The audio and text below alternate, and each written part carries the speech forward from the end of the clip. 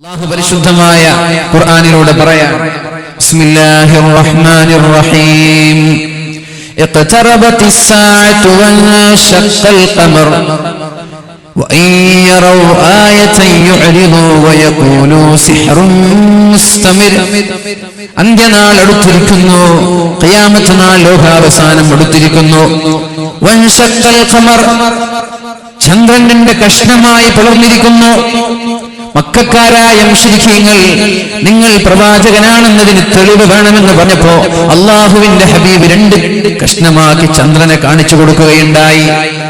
ആ സമയത്ത് അള്ളാഹുവിന്റെ ഹബീബിന്റെ കൂടെ അത് നേരിട്ട് കാണാൻ ഭാഗ്യം ലഭിച്ച സ്വഹാബിയാണ് മഹാനായ മാലിക് ദിനാർ റളിയല്ലാഹു അൻഹു. ഇവിടെ അന്ത്യവിശ്രമം കൊള്ളുന്നത് ഭാഗ്യവാന്മാരാണ് നമ്മൾ.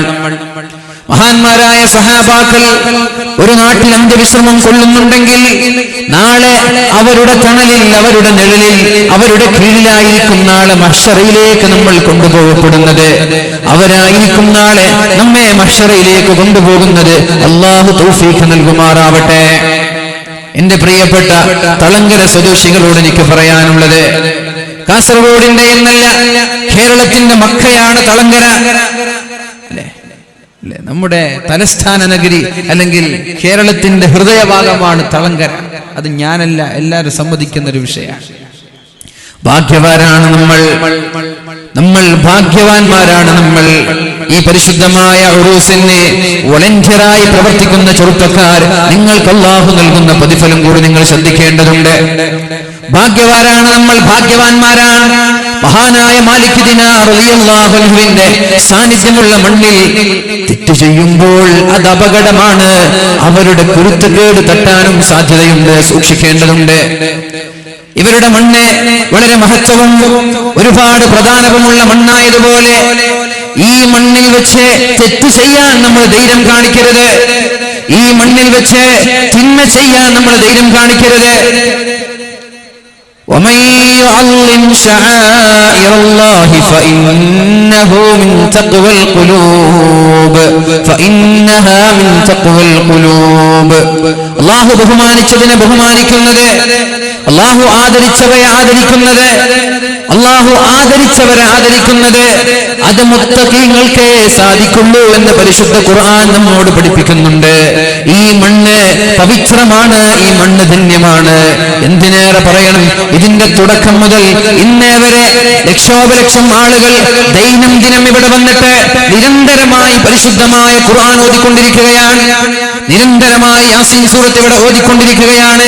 ഒരു സെക്കൻഡ് പോലും വിടതടവില്ലാതെ, ഒരു സെക്കൻഡ് പോലും വിശ്രമമില്ലാതെ ലക്ഷക്കണക്കിന് ആളുകൾ, പതിനായിരക്കണക്കിന് ആളുകൾ ഈ രാത്രി മുതൽ, രാവിലെ സുബഹി നിസ്കാരം മുതൽ രാത്രി 1 മണി വരെ, 2 മണി വരെ, 3 മണി വരെ ഉറക്കില്ലാതെ, ഊണില്ലാതെ പരിശുദ്ധമായ ഖുർആൻ പാരായണം ചെയ്തുകൊണ്ടിരിക്കുകയാണ്. ഖുർആൻ ഓതിക്കൊണ്ടിരിക്കുന്ന ഈ മണ്ണിൽ, മലായികങ്ങളുടെ സാന്നിധ്യമുള്ള മണ്ണിൽ, അല്ലാഹു സ്വർഗ്ഗത്തിന്റെ സദസ്സെന്ന് വിശേഷിപ്പിച്ച മണ്ണിൽ അല്ലാഹു റബ്ബ് സുബ്ഹാനഹു വ തആല നമ്മുടെ ദുആഇനെ തട്ടിക്കളയുമെന്ന് നിങ്ങൾക്ക് തോന്നുന്നുണ്ടോ? ലാ. അല്ലാഹു നമ്മുടെ ദുആഇനെ സ്വീകരിക്കട്ടെ. ഹലാലായ ഉദ്ദേശങ്ങൾ അല്ലാഹു നിറവേറ്റി തരട്ടെ. വിഷയത്തിലേക്ക് കടക്കുകയാണ്. പൊതുപ്രവർത്തനം ഇസ്ലാം ഒരുപാട് പ്രോത്സാഹിപ്പിച്ച മേഖലയാണത്. സ്വന്തത്തെക്കാളും മറ്റൊരാൾക്ക് പ്രാധാന്യം നൽകണമെന്ന് പഠിപ്പിച്ച വഴിയാണ്. അതാണ് പരിശുദ്ധമായ ദീനിന്റെ രീതി. എങ്ങനെയായിരുന്നു റസൂലുള്ളാഹി സ്വല്ലല്ലാഹു അലൈഹി വസല്ലം നമ്മെ പഠിപ്പിക്കുന്നുണ്ട്. ലാ യുഅ്മിനു അഹദുകും ഹത്താ യുഹിബ്ബ ലിഅഖീഹി മാ യുഹിബ്ബു ലിനഫ്സിഹി. ഞാൻ എന്തൊക്കെയാണോ ആഗ്രഹിക്കുന്നത് അത് എന്റെ സഹോദരനും വേണമെന്ന് ഞാൻ ഇഷ്ടപ്പെടുന്നത് വരെ ഞാൻ മുഅ്മിനല്ല എന്ന് പരിശുദ്ധ റസൂലുള്ളാഹി സ്വല്ലല്ലാഹു അലൈഹി വസല്ലം. ഞാൻ ആഗ്രഹിക്കുന്നത് എന്റെ സുഹൃത്തിനും വേണം, ഞാൻ ആഗ്രഹിക്കുന്നത് എന്റെ ചങ്ങാതിക്ക് വേണം, ഞാൻ ആഗ്രഹിക്കുന്നത് എന്റെ അയൽവാസിക്ക് വേണം, ഞാൻ ആഗ്രഹിക്കുന്നത് എന്റെ നാട്ടുകാരന് വേണം. എന്തൊക്കെയാണോ ഞാൻ ആഗ്രഹിക്കുന്നത്, എന്തൊക്കെയാണോ ഞാൻ ഇഷ്ടപ്പെടുന്നത് അത് എന്റെ അയൽവാസിക്കും, എന്റെ ചങ്ങാതിമാർക്കും, എന്റെ സഹോദരങ്ങൾക്കും വേണമെന്ന് ഇഷ്ടപ്പെടുന്നത് വരെ ഒരാളും പരിപൂർണനായ മുഅ്മിനാവൂല എന്ന് മുഹമ്മദുർ റസൂലുള്ളാഹ്. എനിക്കൊരു BMW വാങ്ങണം എന്ന പൂതിയുണ്ടെങ്കിൽ അതെന്റെ സുഹൃത്തിന് കിട്ടുമ്പോൾ അതിൽ ഞാൻ സന്തോഷിക്കണം. അപ്പൊ അസൂയ ഉണ്ടാവാൻ പാടില്ല. അവന്റെ വീട്ടിൽ ബെൻസ് ഉണ്ടല്ലോ, അവന്റെ വീട്ടിൽ വലിയ വണ്ടികളൊക്കെ ഉണ്ടല്ലോ. അത് ആ ഒരു അസൂയ ഉണ്ടാകുന്നതിന് പകരം അവൻ അല്ലാഹു നിഅമത്ത് നൽകുമ്പോ അതിൽ സംതൃപ്തരാവാനും അതിൽ സന്തോഷിക്കാനും നമ്മൾക്ക് കഴിയണം. അപ്പോഴാണ് പരിപൂർണനായ ഒരു മുഅ്മിനായി നമ്മൾ മാറുന്നത്. അല്ലാഹു തൗഫീഖ് ചെയ്യട്ടെ. മറ്റുള്ളവന്റെ സുഖങ്ങളിൽ അസൂയ തോന്നാൻ പാടില്ല. അതൊരു മുഅ്മിനിന്റെ ലക്ഷണമല്ല. മുഅ്മിനായി മാറാൻ, യഥാർത്ഥ മുഅ്മിനായി സത്യവിശ്വാസിയായി മാറാൻ സ്വന്തത്തെക്കാളും പ്രാധാന്യം നമ്മുടെ മറ്റുള്ള സഹോദരങ്ങൾക്കാണ് നമ്മൾ നൽകേണ്ടത്. അല്ലാഹു നമ്മൾക്ക് എല്ലാവർക്കും ഉത്തരവാദിത്തം നൽകി. പരിശുദ്ധ റസൂലുള്ളാഹി സ്വല്ലല്ലാഹു അലൈഹി വസല്ലം അല്ലാഹുവിന്റെ പരിശുദ്ധ ഖുർആനിലൂടെ പഠിപ്പിക്കുകയാണ്, ഇന്നി ജാഇലു ഫിൽ അർളി ഖലീഫ. അല്ലാഹു നമ്മളെ എല്ലാ ആളുകളെയും ഭൂമിയിലേക്ക് പറഞ്ഞയച്ചത് പ്രതിനിധികളായിട്ടാണ്. ഓരോ ആളുകൾക്ക് ഓരോ ഉത്തരവാദിത്തങ്ങൾ അല്ലാഹു നൽകുന്നുണ്ട്. മാ മിൻ അബ്ദി യസ്തർഈഹില്ലാ. അല്ലാഹു ഒരാൾക്കൊരു ഉത്തരവാദിത്തം നൽകിയാൽ ഇവിടെ ഇരിക്കുന്ന ഓരോ ആളുകൾക്കും ഓരോ ദൗത്യമുണ്ട്. ആരും അതിൽ നിന്ന് വിമുക്തരല്ല, ആരും അതിൽ നിന്ന് മുക്തരല്ല. എല്ലാവർക്കും ഉത്തരവാദിത്തങ്ങളുണ്ട്. റസൂലുള്ളാഹി സ്വല്ലല്ലാഹു അലൈഹി വസല്ലം പറയുന്നുണ്ട്, അർറജുലു റാഇൻ ഫീ ബൈതിഹി. ഒരു വീടിന്റെ ഭരണാധികാരിയാണ് ആ വീട്ടിലെ പിതാവ്. ഉപ്പയില്ലെങ്കിലോ ആ വീടിന്റെ ഭരണാധികാരി, ആ വീടിന്റെ റാണി, ആ വീടിന്റെ രാജ്ഞി ഉമ്മയാണ്. ഉമ്മയും ഉപ്പയും ഇല്ലെങ്കിൽ ആരാണോ ആ വീടിന്റെ മുതിർന്ന ആളുകൾ, അവരാണ് വീട് ഭരിക്കേണ്ടത്. ഓരോ ആളുകൾക്കും അല്ലാഹു തആല ഓരോ ഉത്തരവാദിത്തങ്ങൾ നൽകിയിട്ടുണ്ട്. അത് നിർവഹിക്കാതെ മരിച്ചുപോയാൽ യമൂതു യൗമ യമൂത്. അല്ലാഹു തആല ഉത്തരവാദിത്തങ്ങൾ നൽകി. പള്ളിയുടെ ഉത്തരവാദിത്തം, ഇവിടെ ഇരിക്കുന്ന ഭൂരിഭാഗം ആളുകളിൽ ഓരോ മഹല്ലിന്റെ പ്രതിനിധികളുണ്ടാകും, സെക്രട്ടറിമാരുണ്ടാകും, പ്രസിഡന്റുമാരുണ്ടാകും, ഖജാൻജിമാരുണ്ടാകും. ഓരോ രാഷ്ട്രീയ പാർട്ടിയുടെ, സംഘടനയുടെ, ഓരോ മേഖലകളുടെ, ഓരോ സ്ഥാപനങ്ങളുടെ ഓരോ ഉത്തരവാദിത്തങ്ങൾ ഏറ്റെടുത്ത ആളുകളാണ് ഈ സദസ്സിലിരിക്കുന്ന ഭൂരിഭാഗം ആളുകളും. ആ ഉത്തരവാദിത്തം ഏറ്റെടുത്തു. യമൂതു യൗമ യമൂത്. അങ്ങനെ മരിക്കുന്ന സമയത്ത് നമ്മൾ മരിച്ചു പോകുമ്പോൾ വഹുവ ഗാശുൻ ലിറഇയ്യതിഹി. ഉത്തരവാദിത്തം ഭംഗിയായി നിർവഹിക്കാതെ മരിച്ചുപോയാൽ, ഉത്തരവാദിത്തം ഭംഗിയായി നിർവഹിക്കാതെ മരിച്ചുപോയാൽ, ഒരു പള്ളിയുടെ ഖത്തീബ്, ഒരു സ്ഥാപനത്തിന്റെ പ്രിൻസിപ്പൽ, ഒരു സ്ഥാപനത്തിന്റെ ഉത്തരവായ കമ്മിറ്റി ഭാരവാഹികൾ ഇതിന്റെ ഉത്തരവാദിത്തം ഏറ്റെടുത്തിട്ട് അത് ഭംഗിയായി നിർവഹിക്കാതെ മരിച്ചുപോയാൽ ഇല്ലാ ഹറമ അലൈഹിൽ ജന്ന. അവർക്ക് സ്വർഗ്ഗം ഹറാമാണെന്ന് പരിശുദ്ധ റസൂലുള്ളാഹ്. മക്കളുണ്ടായി, അല്ലാഹു നമ്മൾക്ക് മക്കളെ നൽകി. 17 വർഷമായി ഉസ്താദേ എനിക്ക് മക്കളില്ല, എവിടെ പോയാലും ദുആ ചെയ്യണമെന്ന് ഈ പരിശുദ്ധമായ മണ്ണിൽ എന്റെ മാറോട് ചേർത്ത് പിടിച്ചിട്ടൊരു ചെറുപ്പക്കാരൻ പറഞ്ഞു. അല്ലാഹുവേ മക്കളെ നൽകണേ അല്ലാ, മക്കളെ നൽകണേ അല്ലാ. മക്കളില്ലാതെ നീ ഒരാളെയും പരീക്ഷിക്കല്ല റബ്ബേ. 35കാരൻ 35 വർഷമായി 40 വർഷമായി മക്കളില്ലാതെ പ്രയാസപ്പെടുന്ന ഒരുപാട് ആളുകളുണ്ട്. അല്ലാഹുവേ ഈ മഹാനുഭാവന്റെ, മഹാനായ മാലിക് ദിനാർ റളിയല്ലാഹു അൻഹുവിന്റെ ഹളറത്തിൽ വെച്ച് ഞങ്ങൾ ചോദിക്കുകയാണ്, ഞങ്ങളുടെ ദുആയിനെ തട്ടിക്കളയല്ല റബ്ബേ. മക്കളില്ലാതെ ഒരാളെയും നീ പരീക്ഷിക്കല്ല റബ്ബേ. സാലിഹീങ്ങളായ ഒരുപാട് മക്കളെ നൽകണേ അല്ലാ. ഇബ്രാഹിം നബി അലൈഹിസ്സലാമിനെ 100ാമത്തെ വയസ്സിൽ മക്കളെ നൽകിയവനാണ് അല്ലാഹു. 100ാമത്തെ വയസ്സിലാണ് ഇബ്രാഹിം നബി അലൈഹിസ്സലാമിന് മക്കളെ ലഭിച്ചത്. മറിയം ബീവിക്ക് മക്കളെ നൽകി. ഉപ്പയില്ലാതെ, ഭർത്താവില്ലാതെ. ഒരു ഭർത്താവില്ലാതെ മക്കളെ നൽകാന്ന് പറഞ്ഞാൽ ഇമ്പോസിബിൾ ആണ്, അസാധ്യമാണ്. എന്നിട്ട് മഹദിയായ മറിയം ബീവിക്ക് മക്കളുണ്ടായി.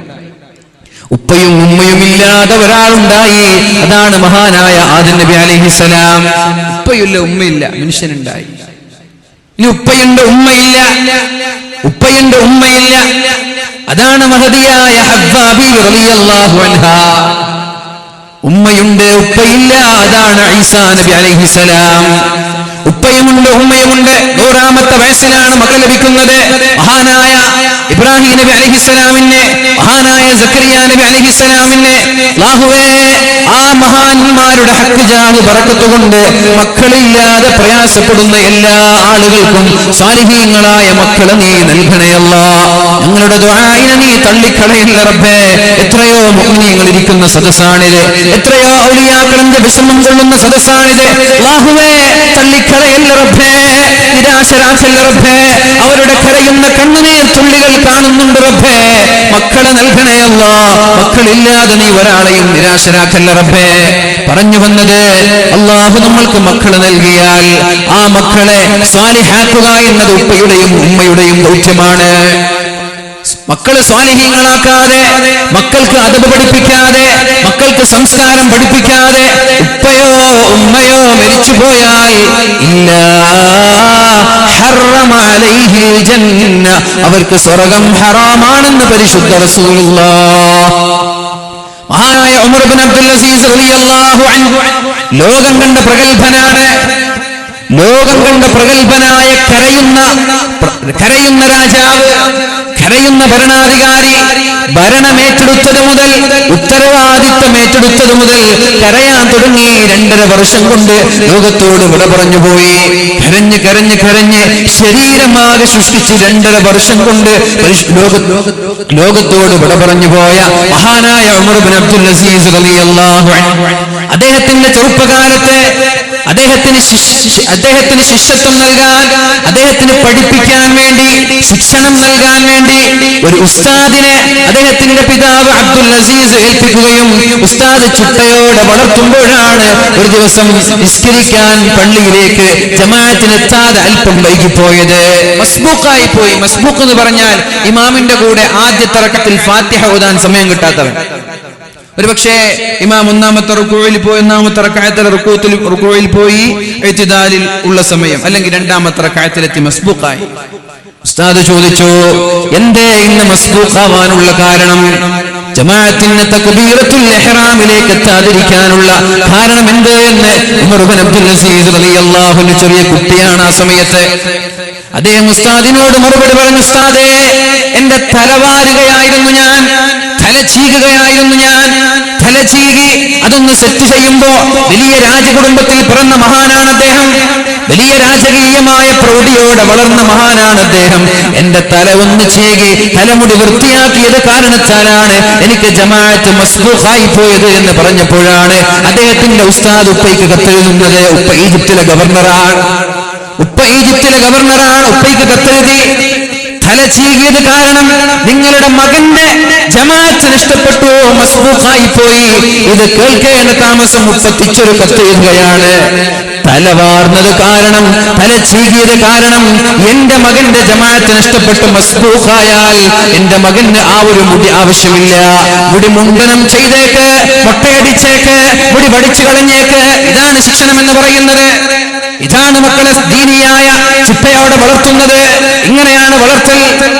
മസ്ബൂഖായതിന്റെ പേരിൽ ഇനി തല വാരരുത്, തലമുടി മുഴുവനും മുണ്ടനം ചെയ്യണം, മൊട്ടയടിക്കണമെന്ന് പറഞ്ഞു മഹാനായ ഉമർ ഇബ്നു അബ്ദുൽ അസീസ് റളിയല്ലാഹു അൻഹുവിന്റെ പിതാവ്. ഈ ഒരു ഉത്തരവാദിത്വം ഓരോ ഉപ്പമാർക്കും ഓരോ ഉമ്മമാർക്കും ഉണ്ട്. മക്കൾ സ്വാലിഹാക്കൽ നമ്മുടെ ബാധ്യതയാണ്. മക്കളെ സ്വാലിഹീങ്ങളാവാതെ മരിച്ചുപോയാൽ അല്ലാഹുവിന്റെ ഹബീബ് സല്ലല്ലാഹു അലൈഹി വസല്ലമ തങ്ങൾ പറയാണ്, ഇല്ലാ ഹറമ അലൈഹിൽ ജന്ന, അവർക്ക് സ്വർഗ്ഗം ഹറാമാണെന്ന് പരിശുദ്ധ റസൂലുള്ളാഹ്.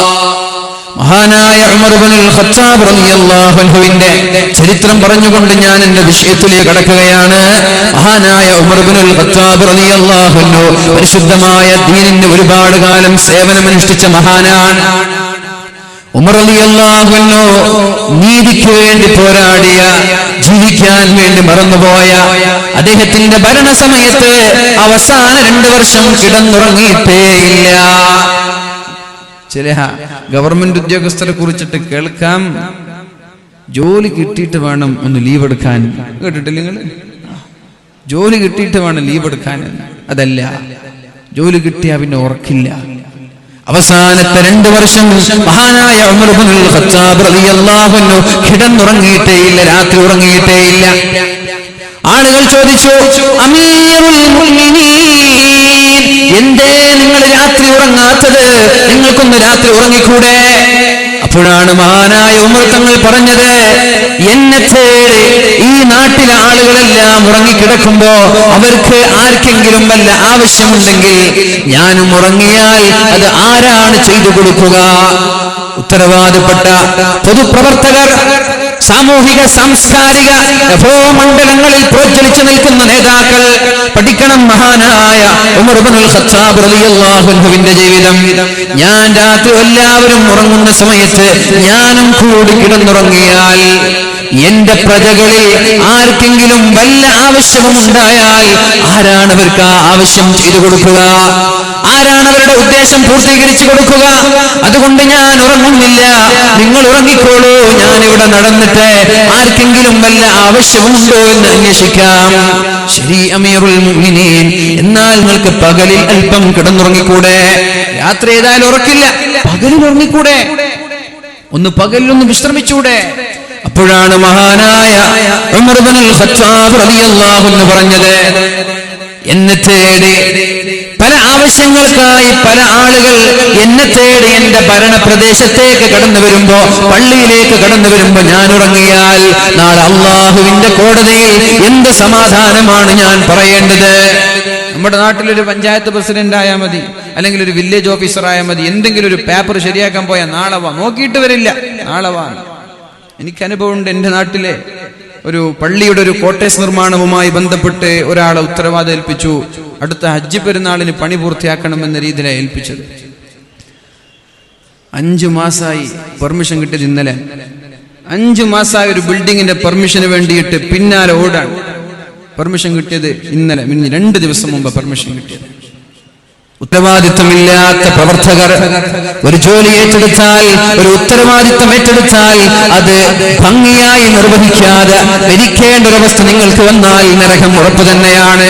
അത് ആരാണെങ്കിലും ശരി, രാഷ്ട്രീയക്കാരാണെങ്കിലും ശരി, ഉത്തരവാദപ്പെട്ട കമ്മിറ്റി ഭാരവാഹികളാണെങ്കിലും ശരി, പള്ളിയുടെ ഉസ്താദുമാരാണെങ്കിലും ശരി, ഉത്തരവാദപ്പെട്ട പോസ്റ്റുകളിലുള്ള എല്ലാ ഉദ്യോഗസ്ഥരും ഭംഗിയായി നിർവഹിക്കാതെ നാളെ വാ, മറ്റന്നാൾ വാ, അവിടത്തോട്ട് വേണം, ഇത് ശരിയായിട്ടില്ല, അത് ശരിയായിട്ടില്ല, ഓരോ ഒഴിവ് കഴിവുകൾ പറഞ്ഞ് ആളുകളെ വേദനിപ്പിക്കുന്ന ഓരോ നേതാക്കന്മാരും ഓരോ ഉദ്യോഗസ്ഥരും മനസ്സിലാക്കണം, ആളുകളെ വെറുപ്പിച്ചിട്ടാണ് നിങ്ങളുടെ പ്രവർത്തനമെങ്കിൽ അള്ളാഹുവിന്റെ സ്വർഗം കാണാൻ കഴിയൂല. അള്ളാഹു നമ്മളെ കാക്കുമാറാവട്ടെ. മഹാനായ ഉമർ ഇബ്നുൽ ഖത്താബ് റളിയല്ലാഹു അൻഹു അവസാനത്തെ 2 വർഷം കിടന്നുറങ്ങിയിട്ടില്ല എന്നാണ്. രാത്രി ഉറങ്ങാതെ ഉമർ ഇബ്നുൽ ഖത്താബ് റളിയല്ലാഹു അൻഹു റോന്തു ചുറ്റുകയാണ് മദീനയുടെ മണലാരുണ്യങ്ങളിലൂടെ. മദീനയുടെ മണലാരുണ്യങ്ങളിലൂടെ മഹാനായ ഉമർ ഇബ്നുൽ ഖത്താബ് റളിയല്ലാഹു അൻഹു റോന്തു ചുറ്റുമ്പോഴാണ് ഒരു വൃദ്ധയായ ഒരു ഉമ്മയെ കാണാനിടയായത്.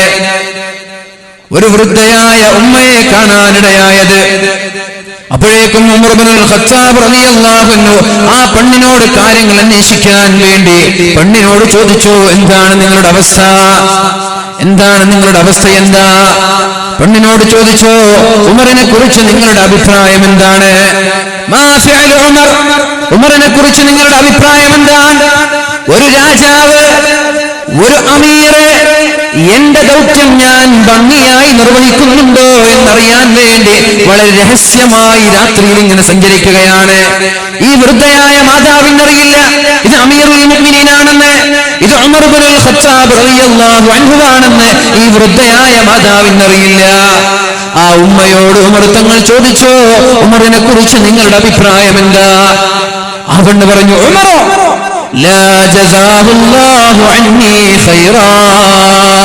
ഉമറിനെ കുറിച്ച് പറയാതിരിക്കലാണ് നല്ലത്. എനിക്ക് ഉമറിനെ കുറിച്ച് നല്ല അഭിപ്രായമല്ല, ഉമറിനെ കുറിച്ച് എനിക്ക് നല്ലത് പറയാനില്ല എന്ന് മഹാനായ ഉമർ ഇബ്നുൽ ഖത്താബ് റളിയല്ലാഹു അൻഹുവിനോട് പറഞ്ഞപ്പോഴാണ് ഉമർ തങ്ങൾ പേടിച്ചു പോയത്. എന്തുകൊണ്ട് അങ്ങനെ പറഞ്ഞു? ഉമർ എന്ത് തെറ്റാ ചെയ്തത്? അപ്പോഴാണ് ആ വൃദ്ധയായ മാതാവ് മഹാനായ ഉമർ ഇബ്നുൽ ഖത്താബ് റളിയല്ലാഹു അൻഹുവിനോട് പറയുന്നത്,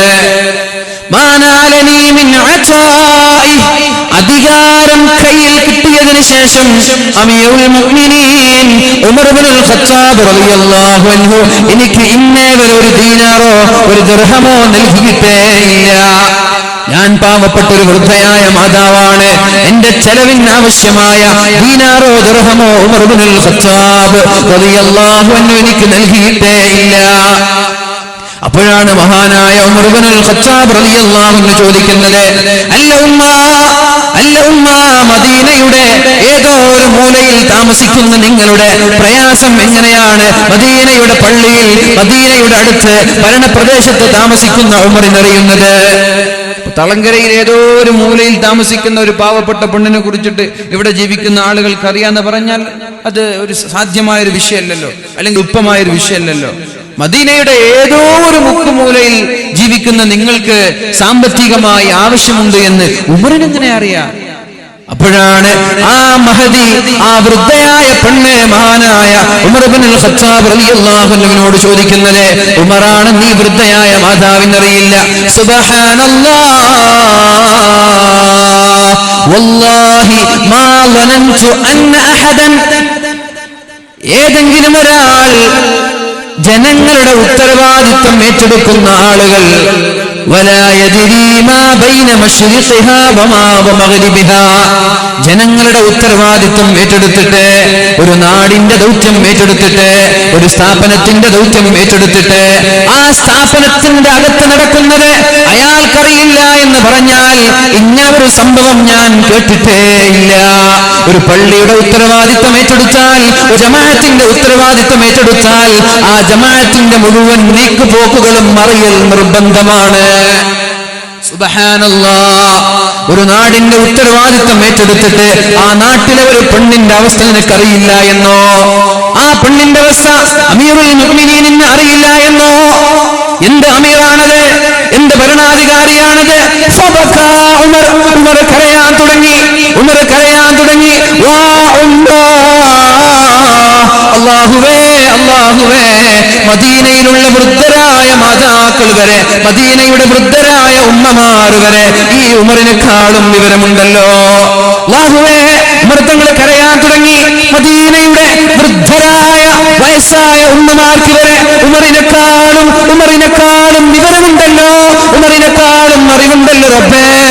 എന്നിട്ട് മഹാനായ ഉമർ തങ്ങൾ ആ ഉമ്മയോട് ചോദിച്ചു, ഉമ്മാ യാ അമതല്ലാഹ്, ഉമ്മാ നിങ്ങൾക്ക് എത്രയാണ് ചെലവിന് ആവശ്യമുള്ളത്? എത്രയാണ് നിങ്ങൾക്ക് ചെലവിന് ആവശ്യമുള്ളത്? ഉമ്മ പറഞ്ഞു, എനിക്ക് ഇത്ര ആവശ്യമുണ്ട്, ഇത്ര ദിർഹമുകൾ എനിക്ക് ആവശ്യമുണ്ട്. നിങ്ങളാരാ? ഉമർ ഇബ്നുൽ ഖത്താബ് റളിയല്ലാഹു അൻഹു നിങ്ങൾക്ക് അവകാശപ്പെട്ട മുതൽ നൽകാതെ ലോകത്തോട് വിട പറഞ്ഞു പോയാൽ നാളെ അള്ളാഹുവിന്റെ കോടതിയിൽ ഉമർ അള്ളാഹുവിനോട് മാപ്പ് പറയേണ്ടി വരൂലേ? നാളെ രക്ഷപ്പെടാൻ ഉമറിന് സാധിക്കില്ലല്ലോ. അതുകൊണ്ട് ഉമറിന്റെ പകരം നിങ്ങളുടെ ആവശ്യമുള്ള തുക ഞാൻ തന്നേക്കാം. എത്രയാണ് നിങ്ങൾക്ക് വേണ്ടത്? ഉമ്മ പറഞ്ഞു, ലാ തഹ്സഅ ബിനാ, പൊന്നുമോനെ എന്നെ പരിഹസിക്കണ്ട, എന്നെ കളിയാക്കണ്ട. അപ്പോഴാണ് ഉമർ തങ്ങൾ പറഞ്ഞത്, പരിഹസിക്കുകയല്ല, നിങ്ങൾ പറഞ്ഞോളൂ, എന്താണ് നിങ്ങൾക്ക് വേണ്ടത്? ഉമർ ഭരണത്തിലേക്ക് കടന്നു വന്നത് മുതൽ ഇന്നേ വരെ എത്ര തുകയാണ് നിങ്ങൾക്ക് ആവശ്യമുള്ളത്? എന്തൊക്കെ ആവശ്യമായിരുന്നു നിങ്ങൾക്ക് വേണ്ടിയിരുന്നത്? അപ്പോഴാണ് ആ ഉമ്മ ഉമർ തങ്ങളോട് പറയുന്നത്, ഉമറാണെന്ന് ആ ഉമ്മയ്ക്കറിയില്ലല്ലോ, 25 ദീനാർ എനിക്ക് ആവശ്യമുണ്ട്. എത്ര ദീനാർ? 25 ദീനാർ എനിക്ക് ആവശ്യമുണ്ട്. മഹാനായ ഉമർ ഇബ്നുൽ ഖത്താബ് റളിയല്ലാഹു അൻഹു തന്റെ പോക്കറ്റിൽ നിന്ന് 25 ദീനാർ എടുത്തിട്ട് ആ ഉമ്മയുടെ കൈകളിലേക്ക് കൊടുക്കുകയാണ്. അപ്പോഴാണ് അലി ഇബ്നു അബീ ത്വാലിബ് റളിയല്ലാഹു അൻഹു, മഹാനായ അബ്ദുല്ലാഹ് ഇബ്നു മസ്ഊദ് റളിയല്ലാഹു അൻഹു ആ വഴിയിലേക്ക് ഇങ്ങനെ കടന്നു വരുന്നത്. 25 ദീനാർ കയ്യിൽ പിടിച്ചിട്ട് വൃദ്ധയായ ഉമ്മയുടെ കയ്യിലേക്ക് കൊടുക്കുമ്പോഴാണ് അലി ഇബ്നു അബീ ത്വാലിബ് റളിയല്ലാഹു അൻഹു മഹാനായ അബ്ദുല്ലാഹ് ഇബ്നു മസ്ഊദ് റളിയല്ലാഹു അൻഹു കടന്നു വരുന്നത്. ഉമർ തങ്ങളെ കണ്ടപാടെ രണ്ടുപേരും പറഞ്ഞു, അസ്സലാമു അലൈക യാ അമീറൽ മുഅ്മിനീൻ. ഉമർ തങ്ങളെ അസ്സലാമു അലൈക്കും. ഇത് കേൾക്കുമ്പോ പെണ്ണ് ഞെട്ടിപ്പോയി, പെണ്ണാകെ അത്ഭുതപ്പെട്ടു പോയി. ഇത് അമീറുൽ മുഅ്മിനീൻ ആയിരുന്നു. യാ അല്ലാഹ്, ഉമർ തങ്ങളോടാണോ? ഫബലഅത്തിൽ അജൂസു യദഹാ അലാ റഅസിഹാ, തലയിൽ കൈവച്ചുകൊണ്ട് പെണ്ണ് പറയാൻ തുടങ്ങി, വാ സൗഅതാ വാ സൗഅതാ അശതംതു അമീറൽ മുഅ്മിനീൻ, ഞാൻ അമീറുൽ മുഅ്മിനീനെ പരിഹസിച്ചുവല്ലോ, അമീറുൽ മുഅ്മിനീനെ ഞാൻ കുറ്റപ്പെടുത്തിയല്ലോ, ഭരണാധികാരിയെ, ഒരു രാജാവിനെ ഞാൻ പരിഹസിച്ചല്ലോ. വാ സൗഅതാ, എന്റെ നഷ്ടമേ, എന്റെ നഷ്ടമേ, എന്റെ അപകടമേ എന്ന് പറയുമ്പോഴാണ് മഹാനായ ഉമർ ഇബ്നുൽ ഖത്താബ് റളിയല്ലാഹു അൻഹു ആ പെണ്ണിനോട് പറയുന്നത്, ലാ ബഅസ അലൈകി റഹിമകില്ലാ, ഉമ്മ ഉമ്മ നിങ്ങൾ വിഷമിക്കേണ്ട, പ്രശ്നമില്ല, നിങ്ങൾ പ്രശ്നമാക്കേണ്ട, നിങ്ങൾ കരയേണ്ട, അതൊന്നും ഒരു പ്രശ്നമല്ലേ അല്ല. എന്നിട്ട് മഹാനായ ഉമർ ഇബ്നുൽ ഖത്താബ് റളിയല്ലാഹു അൻഹു അലി തങ്ങളോടും ഇബ്നു മസ്ഊദ് റളിയല്ലാഹു അൻഹുവിനോടും ചോദിക്കുകയാണ്, നിങ്ങളുടെ കയ്യിൽ എഴുതാനുള്ള വല്ല വസ്തുക്കളുമുണ്ടോ? മരത്തിന്റെ കഷ്ണങ്ങളോ ഓലകളോ കല്ലുകളോ നിങ്ങളുടെ കയ്യിലുണ്ടോ? അവര് പറഞ്ഞു, ഇല്ല, ഞങ്ങളുടെ കയ്യിലില്ല. അപ്പോഴാണ് മഹാനായ ഉമർ ഇബ്നുൽ ഖത്താബ് റളിയല്ലാഹു അൻഹു, കേൾക്കണേ എന്റെ ശബ്ദം ശ്രവിക്കുന്ന സഹോദരങ്ങളോട്, സഹോദരിമാരോട് ഞാൻ പറയുന്നത്, അധികാരം എന്ന് പറയുന്നത് എല്ലാവർക്കും അലങ്കാരമാണ്. പക്ഷേ അത് പേടിയാണ്. സൂക്ഷ്മതയോടെ, ഭയഭക്തിയോടെ, ഇഖ്ലാസോടെ പ്രവർത്തിച്ചില്ലെങ്കിൽ ഈ അധികാരം കാരണം നാളെ നരകത്തിലേക്ക് പോവേണ്ട അവസ്ഥ നമ്മൾക്ക് വരും. അധികാരത്തിന് വേണ്ടി വടംവലിയാണ് എല്ലാ പള്ളികളിലും, എല്ലാ സ്ഥലങ്ങളിലും. അധികാരത്തിന് വേണ്ടി പല ആളുകളും ഒരുപാട് പ്രയത്നിക്കുന്നുണ്ട്, ഒരുപാട് ആഗ്രഹിക്കുന്നുണ്ട്. പക്ഷേ അധികാരത്തിൽ വല്ല ന്യൂനത വന്നുപോയാൽ, ഉത്തരവാദിത്വത്തിൽ വല്ല വീഴ്ചയും വന്നുപോയാൽ നാളെ അള്ളാഹുവിന്റെ സ്വർഗം കാണാൻ കഴിയൂല. മഹാനായ ഉമർ ഇബ്നുൽ ഖത്താബ് റളിയല്ലാഹു അൻഹു തന്റെ കുപ്പായത്തിൽ നിന്ന് ഒരു കഷ്ണം തുണി കീറിയെടുത്തിട്ട്, ഒരു കഷ്ണം കീറിയത് എടുത്തിട്ട് ആ ഉമ്മയുടെ മുമ്പില് അലി തങ്ങളെ സാക്ഷിയാക്കി, അബ്ദുല്ലാഹി ഇബ്നു മസ്ഊദ് റളിയല്ലാഹു അൻഹുവിനെ സാക്ഷിയാക്കിയിട്ട് മഹാനായ ഉമർ തങ്ങൾ എഴുതുകയാണ്, ബിസ്മില്ലാഹിർ റഹ്മാനിർ റഹീം, അല്ലാഹുവിന്റെ നാമം കൊണ്ട് ഞാൻ എഴുതുകയാണ്, ഹാദാ മശ്തറാ ഉമറു, ഇത് ഉമർ ഇന്നാലിന്ന പെണ്ണിൽ നിന്ന് വാങ്ങിക്കുന്ന കരാറാണ്. ഉമർ തങ്ങൾ ഭരണം ഏറ്റെടുത്തത് മുതൽ ഇന്നേ വരെ തിരിഞ്ഞു നോക്കിയിട്ടില്ല എന്ന് പറയുന്ന പെണ്ണിന് എന്തൊക്കെയാണോ അവകാശമുള്ളത് അത് മുഴുവനും ചെയ്തു കൊടുത്തു എന്നതിന്റെ സാക്ഷിപത്രമാണ് എന്ന് മഹാനായ ഉമർ തങ്ങൾ എഴുതി വെച്ചോ. എന്നിട്ട് അതേ കടലാസ് കഷ്ണത്തിൽ, അതേ തുണിക്കഷ്ണത്തിൽ മഹാനായ ഉമർ തങ്ങൾ എഴുതുകയാണ്, ഇനി ഈ പെണ്ണ് നാളെ മഹ്ശറാ ലോകത്ത് വന്നിട്ട് ഉമറിനിക്ക് സഹായം ചെയ്തിട്ടില്ല, ഉമറിനിക്ക് എന്നെ സഹായിച്ചിട്ടില്ല, എന്നെ തിരിഞ്ഞു നോക്കിയിട്ടില്ല എന്ന് ഈ പെണ്ണെങ്ങാനും നാളെ മഹ്ശറാ ലോകത്ത് പറഞ്ഞാൽ, ഫഉമറു മിൻഹു ബരീഉൻ, ഫഉമറു മിൻഹു ബരീഉൻ, ഉമർ നാളെ രക്ഷപ്പെടാൻ വേണ്ടിയിട്ടാണ് ഈ ഒരു സാക്ഷിപത്രം ഞാൻ എഴുതുന്നത് എന്ന് മഹാനായ ഉമർ ഇബ്നുൽ ഖത്താബ് റളിയല്ലാഹു അൻഹു. എന്നിട്ട് മഹാനായ അലി തങ്ങളുടെ മുമ്പിൽ വെച്ചിട്ട്, മഹാനായ ഇബ്നു മസ്ഊദ് റളിയല്ലാഹു അൻഹുവിന്റെ മുമ്പിൽ വെച്ചിട്ട് തന്റെ പൊന്നുമോനെ വിളിക്കുകയാണ്, മോനെ നീ ഇങ്ങോട്ട് വാ, മോനെ നീ ഇങ്ങോട്ട് വാ. എന്നിട്ട് മകന്റെ കയ്യിൽ ആ തുണിക്കഷ്ണം കൊടുക്കുകയാണ്. എന്നിട്ട് പറഞ്ഞു, ഇതാ അനമിച്ചു, ഞാൻ മരിച്ചുപോയാൽ, ഞാൻ മരിച്ചുപോയാൽ ഫജഅൽഹു ഫീ കഫനി, എന്റെ കഫൻപുടയിൽ ഇത് നീ തുന്നി ചേർക്കണം മോനെ. നാളെ കാരണം ഒരു ലോകം വരാനുണ്ട്, മഹ്ശറാ ലോകം. എന്താണ് ആ ലോകത്തിന്റെ അവസ്ഥ? ഫീ യൗമിൻ കാന മിഖ്ദാറുഹു 50 അൽഫ സന, അവിടുത്തെ ഒരു ദിവസം എന്ന് പറയുന്നത് ഇവിടുത്തെ 50,000 വർഷത്തിന്റെ ദൈർഘ്യമുള്ള സ്ഥലമാണ്. 60 വർഷമാകുമ്പോഴേക്കും ജീവിച്ചിട്ട് ആളുകൾക്ക് മടുത്തുപോയി, 80 വയസ്സാകുമ്പോഴേക്കും ആളുകൾക്ക് ജീവിച്ചിട്ട് മടുത്തുപോയി. 100 ആണെങ്കിൽ പറയേ വേണ്ട, അല്ലാഹുവേ എന്നെ ഒന്ന് കൊണ്ടുപോ, അല്ലാഹുവേ എന്നെ ഒന്ന് മരിപ്പിക്കണേ എന്ന് ദുആ ചെയ്യുന്ന ആളുകൾ എത്രയാണ്? ഞാൻ പറയട്ടെ, എന്നാൽ 80 വർഷമല്ല, അവിടുത്തെ ഒരു ദിവസം എന്ന് പറയുന്നത് ഫീ യൗമിൻ കാന മിഖ്ദാറുഹു 50 അൽഫ സന, ഒരു ദിവസം എന്ന് പറയുന്നത് 50,000 വർഷത്തിന്റെ ദൈർഘ്യമാണ്. ഉടുതുണിക്ക് മറുതുണിയില്ലാതെ ആളുകൾ പരസ്പരം, ആണുങ്ങൾ പെണ്ണുങ്ങളെ, പെണ്ണുങ്ങൾ ആണുങ്ങളെ നോക്കൂലേ എന്ന് അള്ളാഹുവിന്റെ ഹബീബിനോട് ആയിഷ ബീവി റളിയല്ലാഹു അൻഹ ചോദിച്ച ഹദീസ് നമ്മൾക്കറിയാം അല്ലേ? നബി തങ്ങളല്ലേ പറഞ്ഞത്, പെണ്ണുങ്ങളും ആണുങ്ങളും ചെരുപ്പില്ലാതെ, വസ്ത്രമില്ലാതെ, കുപ്പായമില്ലാതെ, നൈക്കഡായി, നഗ്നരായി, ഒരു കുപ്പായം പോലുമില്ലാതെ, ഇന്നർ വിയർ പോലുമില്ലാതെ ആണുങ്ങളും പെണ്ണുങ്ങളും എല്ലാവരും ഒന്നിച്ചിട്ടാണ് നാളെ ഒരുമിച്ച് കൂട്ടപ്പെടുന്നതെന്ന് പറഞ്ഞപ്പോ മഹദിയായ ആയിഷ ബീവി ചോദിച്ചില്ലേ, യാ റസൂലല്ലാഹ്, അല്ലാഹുവിന്റെ ഹബീബേ, ആണുങ്ങൾ പെണ്ണുങ്ങളുടെ ഔറത്തിലേക്ക് നോക്കൂല നബിയെ. ആരെങ്കിലും കുളിക്കുന്നത്, ആരെങ്കിലും എവിടെയെങ്കിലും എന്തെങ്കിലും ചെയ്യുന്നത് ഹിഡൻ ക്യാമറകളിലൂടെ, ഒളി ക്യാമറകളിലൂടെ ഒപ്പിയെടുക്കുന്ന കാലമാണിത്. ഹിഡൻ ക്യാമറകളിലൂടെ ടെക്സ്റ്റൈൽസുകളിൽ പോയി വസ്ത്രം ചേഞ്ച് ചെയ്യുന്നത് പരിശുദ്ധ റസൂലുള്ളാഹി സ്വല്ലല്ലാഹു അലൈഹി വസല്ലമ തങ്ങള് ഈ 21-ാം നൂറ്റാണ്ടിന്റെ പെണ്ണുങ്ങളോടൊരു ഹദീസ് പറഞ്ഞു തന്നിട്ടുണ്ട്. പെണ്ണുങ്ങളെ, സ്ത്രീകളെ, നിങ്ങൾ നിങ്ങളുടെ കുപ്പായം നിങ്ങളുടെ വീട്ടിലല്ലാതെ മാറാൻ പാടില്ല എന്ന് വളരെ സ്വഹീഹായ ഹദീസാണിത്. തമാശയില്ലല്ലോ. എന്തേ അങ്ങനെ പറഞ്ഞത്? അല്ലാഹുവിന്റെ ഹബീബിന് നുബുവത്തിന്റെ കണ്ണുകൊണ്ട് കാണാനറിയാ. 21-ാം നൂറ്റാണ്ടിൽ ടെക്സ്റ്റൈൽസുകളുടെ ഡ്രസ്സിംഗ് ചേഞ്ചിന്റെ റൂമുകളിൽ ഹിഡൻ ക്യാമറകൾ വെക്കുമെന്നറിയാ. ക്യാമ്പസിന്റെ കലാലയങ്ങളുടെ ബാത്റൂമുകളിൽ ക്യാമറകൾ വെക്കുമെന്നറിയാ. എവിടെ പോയാലും ഹിഡൻ ക്യാമറകളുമായി പെണ്ണിന്റെ രഹസ്യം ഒപ്പിയെടുക്കുമെന്നറിയാ.